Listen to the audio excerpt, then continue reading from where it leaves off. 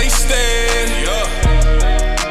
Dove right into my emotions, yeah. I stay getting high, thoughts in my mind, blowing with the trees, yeah, nigga in the sky. What's good, everybody? I'm Brandon. Today I'm doing another video from Watch Mojo. This one right here is titled Top 10 Funniest Boondocks Moments. Y'all requested it, don't trip you not. Got y'all.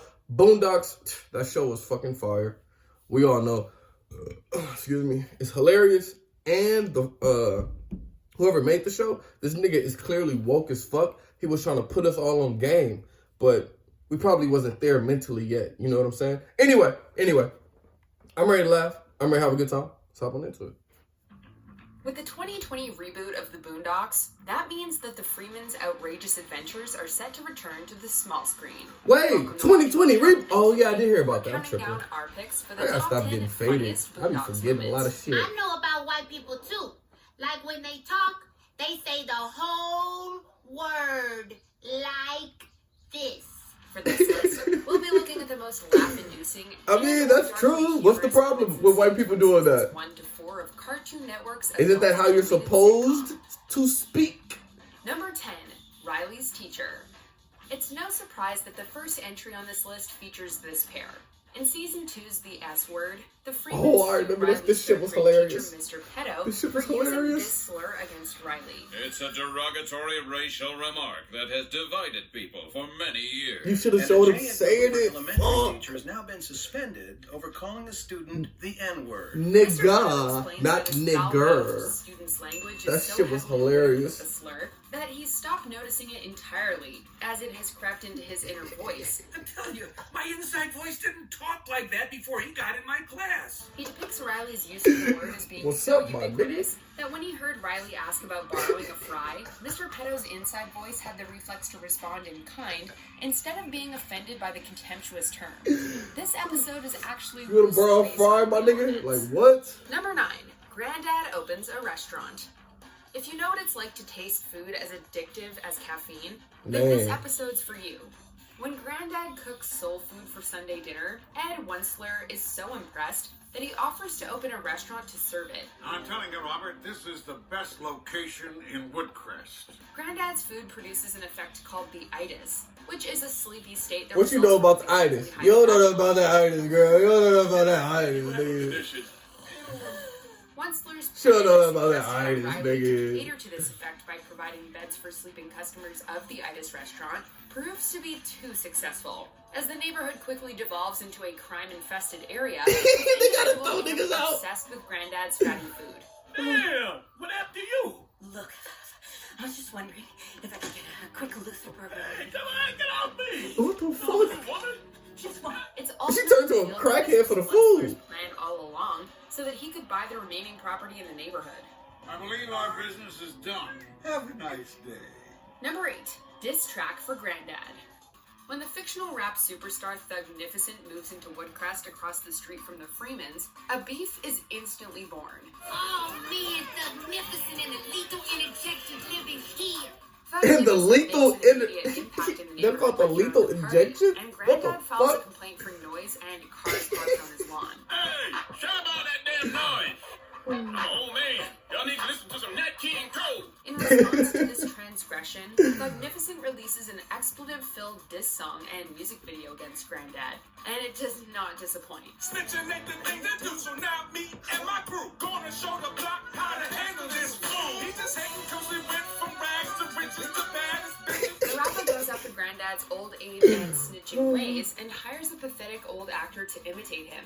The hilarious track then inspires kids all throughout town to assault old people. Oh, He explains, shit. quote, because Thugnificent does it and that makes it cool. Oh, shit. Recently, a rash of elderly assaults attributed to the beef have My broke nigga out, Sway. including 2 in Lithuania and 1 in Tokyo. What the the fuck? AARP announced a boycott of Thugnificent's record label is feared that the protests could soon explode into more violence. Number 7. Riley writes a letter to Oh, Santa. I remember this episode. I When remember Riley this doesn't get what he wants from Santa, Dear there's a price Santa. to pay. In this episode, Riley takes revenge on Saint Nick for failing to give him a set of rims that was on his wish list during a previous Christmas. I didn't ask for much, just rims, not even the whole car. And what do we get? Nothing. Riley takes it up with the old man in a mall appearance by throwing a chair at him and hitting him with a golf club.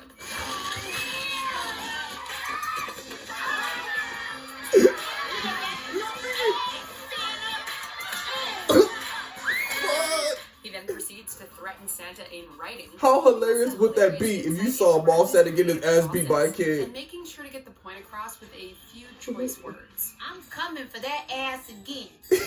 You pay what you owe. Sincerely yours, the Santa Stalker. As we find out later in the episode, the letter doesn't seem to get the job done to Riley's satisfaction. So another Santa shady! Oh, fuck! Number 6, American Compassion. When an incurable flu rips across the country, the Freemans turn to President Obama's televised emergency speech for guidance. Good afternoon.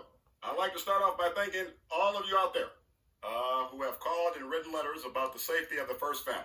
You'll be happy to know that Michelle, Sasha, Malia, myself, and Bo are all fine. Don't nobody care about you, man. Tell us everything will be okay for us. After reassuring the country that he and his family are safe, he delivers some unsatisfying news for Granddad. The country's best weapon against the flu is compassion for our fellow man. In times of crisis, Americans pull together. And what's going to get us through this Compassion for difficult the time? fellow man. Sharing. Sherry. Lending a helping hand to a neighbor in their hour of need. Granddad's panicked anger reveals his absolute distrust and hatred for others as he loudly yells in front of his grandchildren. This makes it abundantly clear that when the apocalypse hits, Granddad isn't the one you want to be with. We all gonna die. Number 5, Uncle Ruckus performs an exorcism. If you thought Reverend Father Uncle Ruckus would be any less racist than just the plain old Uncle Ruckus, you are in for a surprise. Tom Dubois gets possessed by the ghost of the old man Stinkmeaner, who has returned to seek revenge on Granddad for killing him in a previous episode. Oh shit, I didn't know he killed him. Once Stinkmeaner attacks, the Freemans need to use everything they've got to Their subdue fighting him and tie scenes him to be a bed. so tight, Unable bro. to rid the spirit themselves, they enlist Reverend Father Uncle Ruckus to perform an exorcism, and it goes exactly as you'd expect. May white God bless you, brother. I came as fast as I could. Ruckus makes the family beat the possessed man with various racially charged items, like job applications, as they scream profanities throughout. Get your black ass out of here. Number 4, what Granddad does to Stinkmeaner. Before Stinkmeaner went to hell, he caused hell on Earth. In Season 1's Granddad's Fight, we're introduced to the concept of the N-word moment, defined by Huey as a moment in which ignorance overwhelms the mind of an otherwise logical black male. Causing him to act in an illogical, self-destructive manner.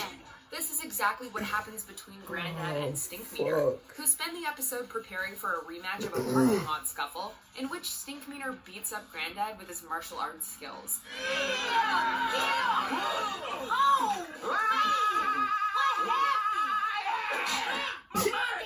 As it turns out, Huey wildly overestimated Stinkmeaner's ability, and in reality, when he beat Granddad, he just got lucky. Unfortunately, Huey discovers this too late, and the blind man soon meets his demise. Oh, Hey, shit. Granddad, you had to kill him. Number 3, Slickback. Pimp named When Slickback. Granddad starts dating a younger woman, you could say that he's a bit unwilling to accept the truth about her profession.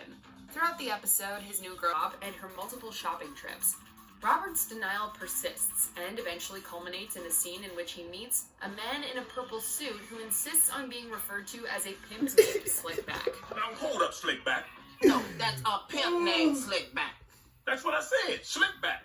No, it's a pimp named Slickback. Like a Tribe Called Quest. You say the whole thing. Even after this meeting, Granddad incredulously asks if she really is a causing both the kids and Crystal to interrupt him by screaming being interviewed by Werner Herzog. When filmmaker Werner Herzog tracks down Huey to interview him about Obama's inevitable victory in the 2008 elections, hilarity ensues. While people like Granddad are supporting the president without having any understanding of what he actually stands for, I'm voting for Obama because he's gonna lower my taxes. And he black. Actually, he has promised to raise taxes at your income level. Huh? And the rest of the world is raving about Obama's presidential run and dancing to Thugnificent's ridiculous track with Will Dick I Am. riding Obama? He is less than impressed. Got up this morning, things weren't working right. I said I wanna make a change. I said I wanna find. A self-described retired domestic terrorist, Huey responds unenthusiastically when asked if he's merely excited or extremely excited that everything is going to change forever. Herzog goes on to describe violently ending his own life in response to his subject's bleak outlook, and cites an old saying from his native Bavaria about depressing kids like Huey. In Bavaria we have a saying, der Junge ist ja total bedient. It means this is the most depressing kid I've ever met in my life. Before we continue, be sure to subscribe to our channel Subscribe. and hit the bell to get notified about our latest videos. You have the option to be notified for occasional videos or all. Subscribe. If you're on your phone, make sure you go into your settings and switch on notifications. Number 1, Huey lays it down. At the top of our list, we have one of the most incisive criticisms of American culture found in the series, and it comes from the very first episode. I'm not a prophet, but sometimes I have prophetic dreams, like the one where I was at a garden party. In a dream, Huey informs a group of rich white people that Jesus was black, Ronald Reagan is the devil, and the government is responsible for 9/11. Pandemonium I mean, that's ensues true. as the crowd devolves into violent chaos. But the other two, I don't know about all that, man. Later at Ed Wensler's garden party that Huey and Riley are forced to attend, Huey tries to reenact his dream, but he encounters one unanticipated problem. None of the rich white people care. Huey is unable to deal with the encouragement and compliments from the various wealthy partygoers, who, instead of being offended and rioting, are all impressed that the young boy is so thoughtful and articulate. Tell me this. Why was all the video recording of the Pentagon attack seized by the FBI and never seen again? He speaks so well. He's adorable. Do you agree with Hey man, great video from Watch Mojo. Like always, I fuck with Watch Mojo's channel heavy, bro. You guys have a really good channel. Yeah, I'm a fan of the Boondocks. I like the Boondocks. It's being rebooted 2020 this year. I'm definitely gonna watch it.